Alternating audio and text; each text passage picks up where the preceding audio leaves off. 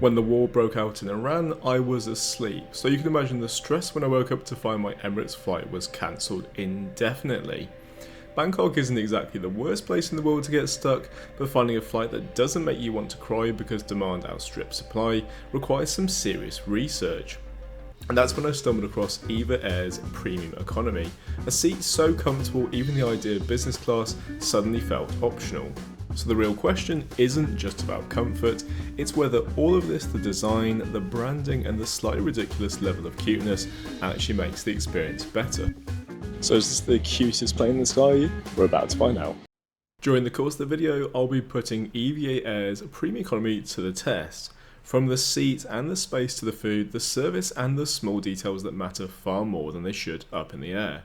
Because Premium Economy is one of those cabins airlines absolutely love. It looks like a reasonable upgrade, feels like a sensible decision, and somehow just costs enough to make you hesitate for a second before clicking that all-important book button. And for us it sort of makes sense, it's a bit more space, a bit more comfort, without going fully into business class territory. But whether it's actually worth it, it's a very different question. In today's video, despite starting in Bangkok, I'll be heading via Taipei before boarding BR87 over to Paris, and this is my first time in Terminal 1, which is an architectural gem, while spending far too long in the upright position, over 6,108 miles. So I wasn't originally intending to fly this flight, but here we are in Taipei, flying Premium Economy, and here's the story.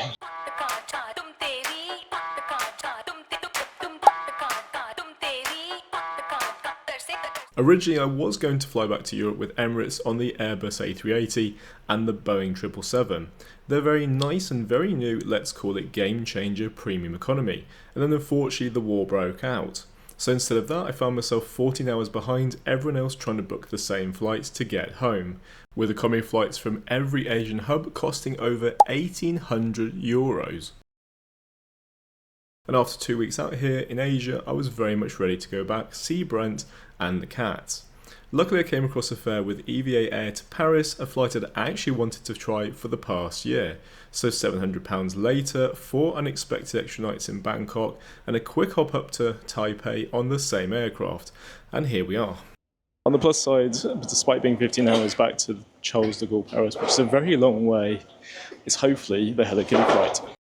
I've crossed all my fingers and even my toes, and that's because having checked the schedule, today's flight is due to be the Samurai & Friends special livery, but all it takes is a technical fault and that dream disappears faster than the last 4 nights.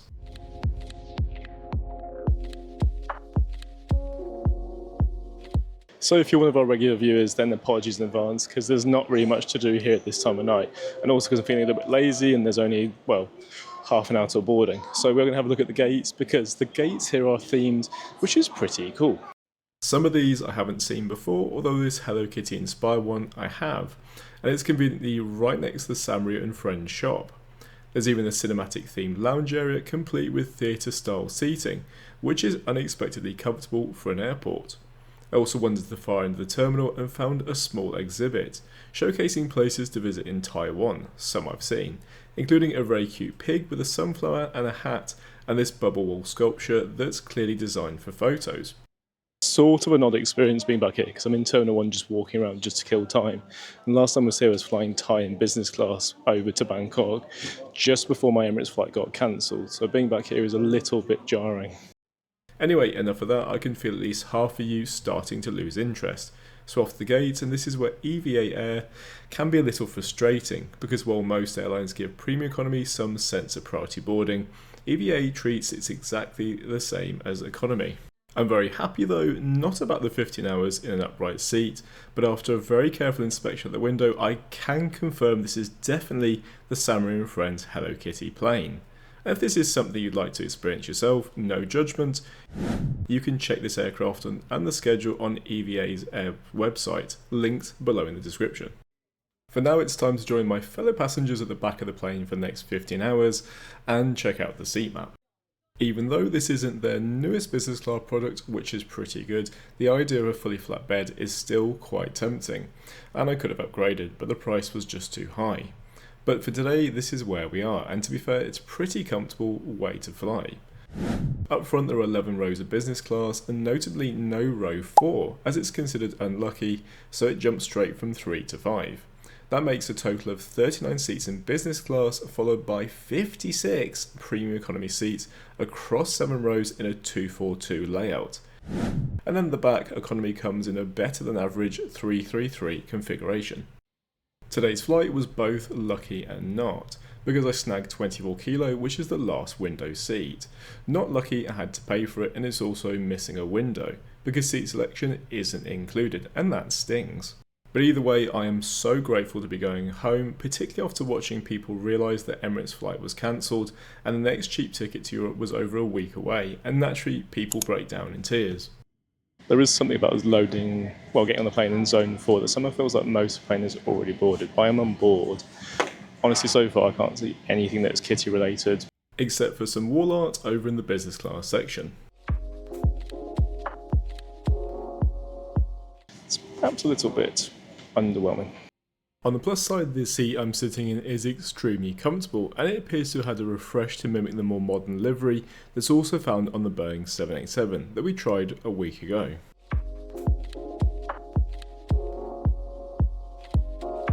On the plus side, the seat is 90.5 inches in width, 38 inches in the pitch, which is not quite as big as the 787.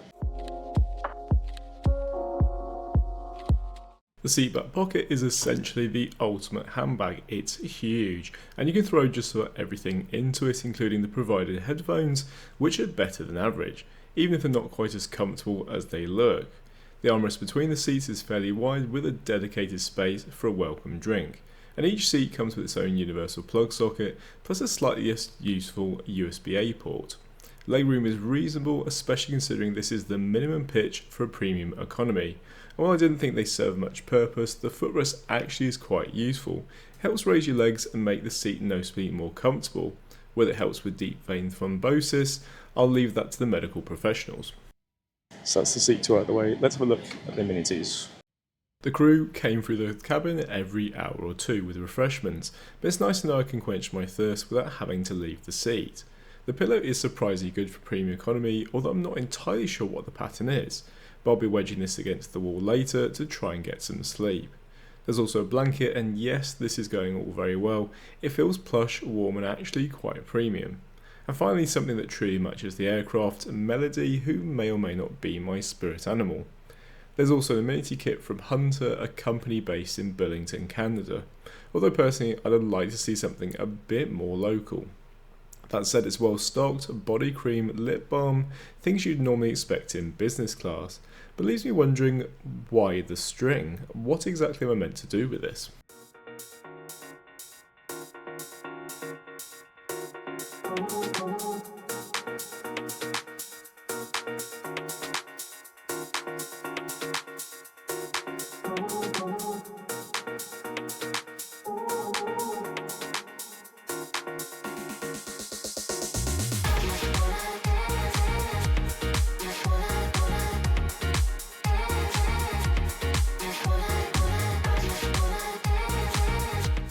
That was a very wet takeoff. Kind of reminds me of home. 14.5 hours to go. This is going to be a very long flight. And interesting, I'm kind of hungry, which is odd because I ate about 5 hours ago. Bring on the food. The meal starts with a tray that's actually quite impressive. A surprisingly large starter, some vegetables, a selection of cold cuts, diced fruit, a bread roll that looks promising, and for good measure, a Hershey's cookie and cream bar. For the main, I went with the Wagyu burger and rice, partly because I'd had something similar on a previous flight, and thought it deserved a second chance. And to be fair, this was genuinely delicious. The dessert, though, was a little bit more confusing. A green matcha pudding of some sort, enjoyable, but I'm still not entirely sure what the topping was meant to be. Good, but just not amazing. And just to complicate things slightly, the meal on my earlier flight from Bangkok to Taipei was actually better. The dessert made more sense, and even the starter felt like it being prepared with a bit more care.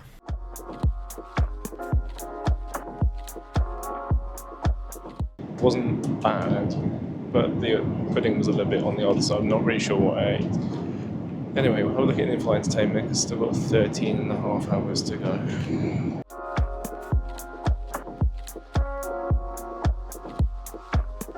Luckily for me, the lady in front hadn't reclined her seat until this moment, because the recline is actually quite generous, and if you haven't reclined yours, it can feel quite invasive.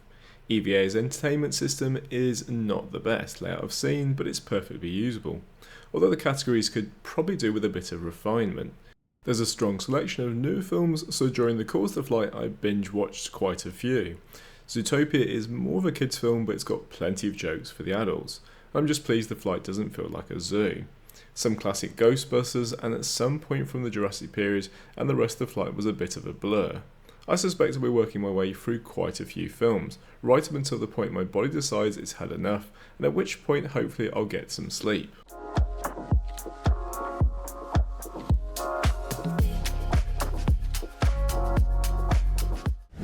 This is surprisingly rare, because Premium Economy actually has 2 dedicated bathrooms at the rear, and then separated by a curtain, the main economy cabin has 2 further at the back. It's not the most inspiring place to review, although there is only one notable feature, and that's the amenities from Teology. Anyway, hope you've enjoyed the bathroom tour. There's not much to it. It's back to my sleep, back to my seat, and I'm going to try and have a sleep to still have 12, nearly 13 hours.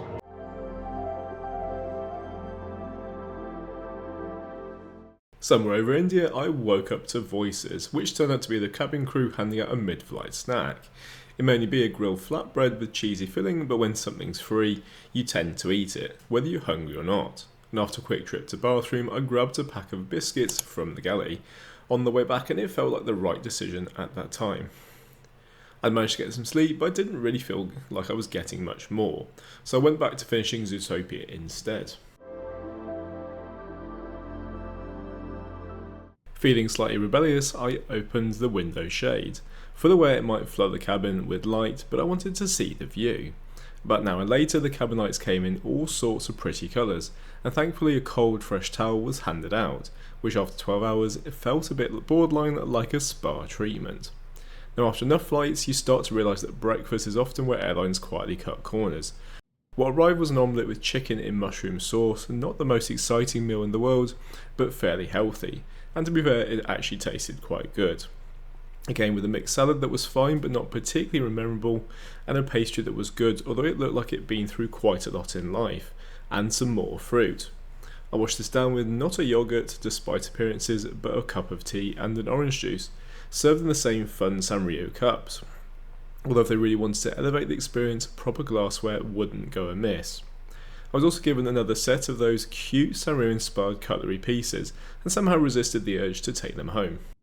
Not a bad meal, although when I first took off the lid, the foil from the meal, I did think, oh, this looks a little bit too cheesy. But some nice flavours, wedges were really good, and mushrooms to give a bit of variety. With landing not too far away, it now feels like the perfect time for a bit of in-flight shopping. I would have normally picked up one of those model aircraft, purely for research purposes of course, but having flown their joyful dream livery on the Airbus A330 last year from Cebu to Taipei, feel free to check out the review. I already picked up this little beauty. And then Wi-Fi. We're so used to being constantly connected that switching off almost feels unnatural. But EVA Air actually offers completely free Wi-Fi on board, powered by Panasonic, which is a very welcome surprise. I'll just mention finally that the blanket is a little bit of a boring colour, but it was extremely warm, and I love that plush underside. And now it's time for the landing.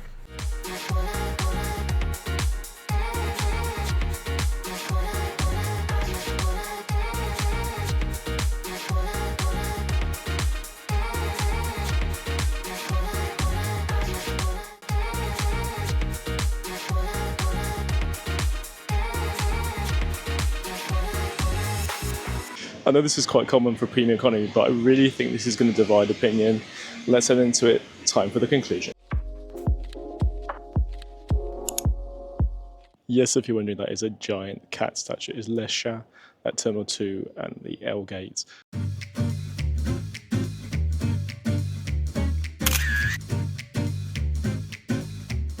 Today's flight, I think the main things to take away are the fact the seat is incredibly comfortable despite being an older product, even though it has 4 less inches of pitch than the 787, and it's not quite as 4K kind of high def modern as the new product. It's still really good, and actually I fell asleep like 3 times, had a really good sleep. The food, pretty good. Just interesting, not quite as good as the one I had from Bangkok to Taipei.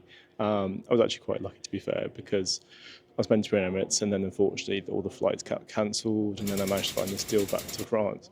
But overall, I hope you've enjoyed the trip, and safe travels. Merci beaucoup.